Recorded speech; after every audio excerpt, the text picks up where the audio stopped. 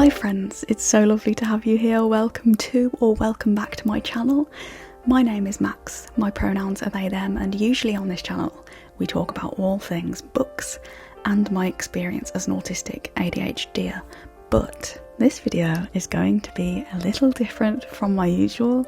Today we are painting a mandala and having a chat about creativity. So pour yourself a heartwarming hot drink and get cozy and let's get into it.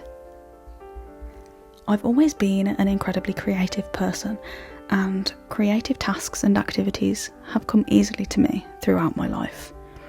I've enjoyed painting, drawing, jewellery making, pet portrait painting, illustration, graphic design, and many, many more modalities of expressing myself. I've loved offering creations to friends and family throughout my life, and that's what I'm doing here. I offered to gift a friend a mandala mural for her wall. Sometimes I think about my relationship to creativity in the context of autistic stereotypes. Hear me out. When you think about someone like Sheldon Cooper, who is obsessed with all his science things, he's naturally good at it, it just comes naturally to him like it's second nature. It's his way of life, his way of seeing the world and being in the world. And that's how creativity is for me. I've always been a very visual person, someone who could turn their hand to anything creative. I could pick things up pretty quickly, whether that be a new art technique, a new craft, a musical instrument. It's just my thing. But I think that being the case has caused me to have a weird relationship with it. Well, that and capitalism. So before I realised I couldn't work because of my disabilities, I was continually trying to make things and do things that would make me some money, and I relied on my creative skills for that. And I think that's where I created friction for myself towards just creating for the pure joy of it, because I gave it an added sense of pressure that, as a person who experiences demand avoidance, just made me resistant to participating at all. So now that I've been in autistic burnout and I've been on quite a journey of understanding a lot more about my neurological differences, but also my physical illnesses and difficulties, I'm on this journey of rejuvenating my relationship to this part of myself that is so intrinsic to me and has such potential for bringing me daily joy. So I've started painting and drawing for fun a bit more.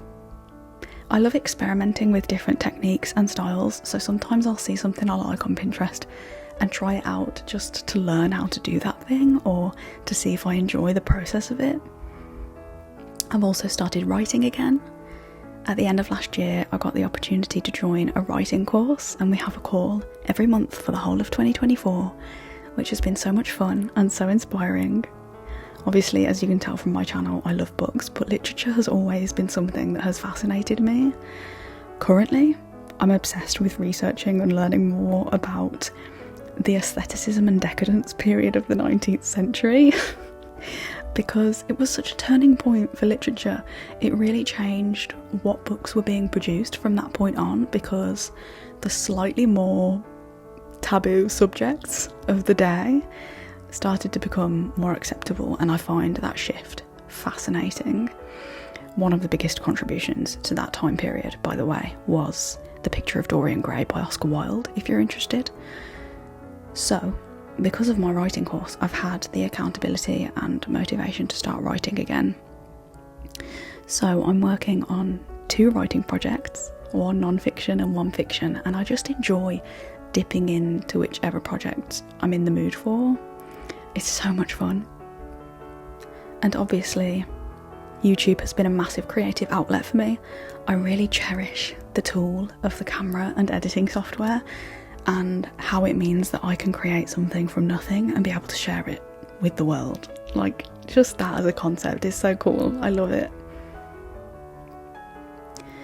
I do have to approach these things with a lot of gentleness.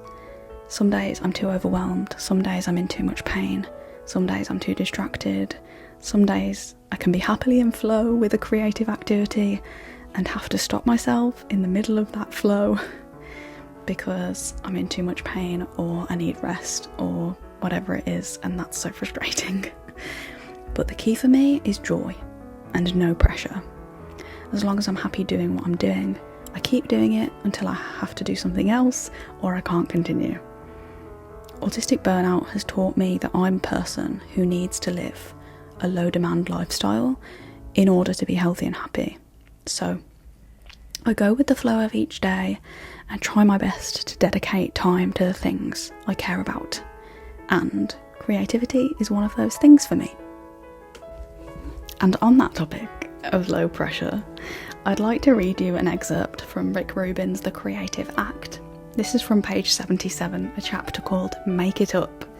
And it says, while the emotional undercurrents of self-doubt can serve the art, they can also interfere with the creative process. Beginning a work, completing a work and sharing a work, these are key moments where many of us become stuck. How do we move forward considering the stories we tell ourselves? One of the best strategies is to lower the stakes. We tend to think that what we're making is the most important thing in our lives and that it's going to define us for all eternity. Consider moving forward with the more accurate point of view that it's a small work, a beginning. The mission is to complete the project so that you can move on to the next. The next one is a stepping stone to the following work, and so it continues in a productive rhythm for the entirety of your creative life. All art is a work in progress. It's helpful to see the piece we're working on as an experiment, one in which we can't predict the outcome. Whatever the result, we will receive useful information that will benefit the next experiment. If you start from the position that there is no right or wrong, no good or bad, and creativity is just free play with no rules, it's easier to submerge yourself joyfully in the process of making things. We're not playing to win, we're playing to play. And ultimately, playing is fun. Perfectionism gets in the way of fun. A more skillful goal might be to find comfort in the process, to make and put out successive works with ease. Oscar Wilde said that some things are too important to be taken seriously. Art is one of those things. Setting the bar low, especially to get started, frees you to play, explore and test without attachment to results. This is not just a path to more supportive thoughts.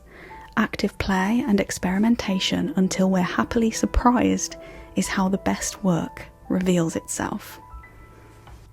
So on that note, thank you so much for joining me for this video, a little different this time, but I hope you enjoyed the process of watching me create this mandala mural. None of the patterns that I created for this mandala were pre-planned. All I did was to draw myself in pencil some circular guidelines so that it could be symmetrical as I started from the centre and built outwards of the patterns. I kind of enjoy mostly when I'm doing a mandala to build as I go and not to plan the patterns, just to see how they unfold. So I hope you enjoyed this video. Please subscribe if you haven't already because it really helps me, and I will see you in the next one. Bye!